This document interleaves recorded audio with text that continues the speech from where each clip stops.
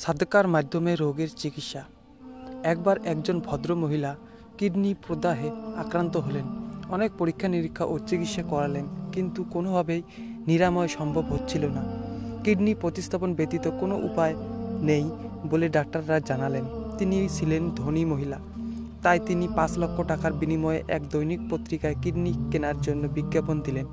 খবরটি বিভিন্ন দিকে ছড়িয়ে পড়ল। পরের দিন এক গরিব মহিলা বিজ্ঞাপনে প্রদত্ত ঠিকানা অনুযায়ী হাসপাতালে আসলেন এবং 5 লক্ষ টাকার বিনিময়ে তার কিডনি বিক্রি করতে রাজি হলেন। ডাক্তার তার কিডনি পরীক্ষা করে দেখলেন তার কিডনি ভালো আছে। যেদিন কিডনি প্রতিস্থাপন করা হবে সেদিন অসুস্থ ভদ্র মহিলাটি সেই কিডনি দাতা মহিলার সাথে সাক্ষাৎ করতে আসলেন।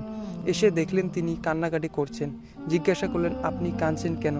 কিডনি দিলে কি আপনার কোনো সমস্যা হবে, নাকি কেউ আপনাকে নিষেধ করেছে? মহিলাটি বলল, কেউ আমাকে নিষেধ করেনি। আমি স্বেচ্ছায় কিডনি বিক্রি করছি, কারণ আমার অসহায় সন্তানদের জন্য এ অর্থের খুবই প্রয়োজন। কিন্তু কিডনি দানের পর যদি আমার কিছু হয়, তাহলে আমার এতিম সন্তানদের দেখাশোনা কে করবে? তারা কার কাছে আশ্রয় নেবে?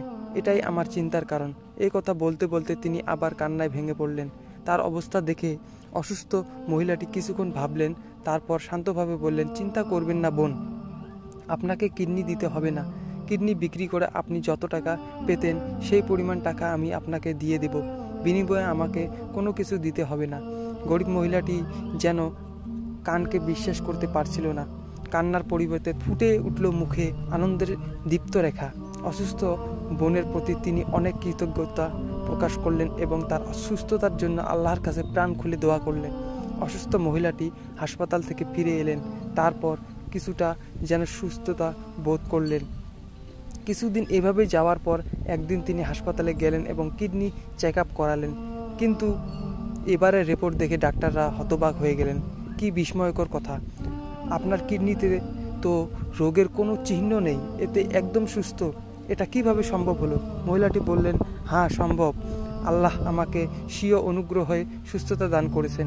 মহিলাটি বুক ভরে আল্লাহর শুকরিয়া আদায় করলেন। রাসূলুল্লাহ সাল্লাল্লাহু আলাইহি সাল্লামের সেই হাদিসটি তার মনের গহীনে বারবার অনুপ্রাণিত হতে লাগলো, যেখানে তিনি বলেছেন, তোমরা সাদকার মাধ্যমে তোমাদের রোগীদের প্রতিষেধকর ব্যবস্থা করো। তিনি আরও বলেন, যে ব্যক্তি কোনো অসল ব্যক্তিকে অবকাশ দিবে, দুনিয়া ও আখিরাতে আল্লাহ তার সাথে সহজ ব্যবহার করবেন। আল্লাহ বলেন, আল্লাহর পথে তাদের সম্পদ ব্যয় করো, অতঃপর যা ব্যয় করেছে তার পিছনে খোঁটা দেয় না এবং কোনো কষ্টও দেয় না। তাদের জন্য তাদের রবের নিকট প্রতিদান রয়েছে। তাদের কোনো ভয় নেই এবং তারা চিন্তিত হবে না। প্রিয় বন্ধুগণ, আজকের ভিডিও এই পর্যন্ত। আবার দেখা হবে নতুন একটি ভিডিও নিয়ে। ভিডিওটি ভালো লাগলে চ্যানেলটি অবশ্যই সাবস্ক্রাইব করবেন।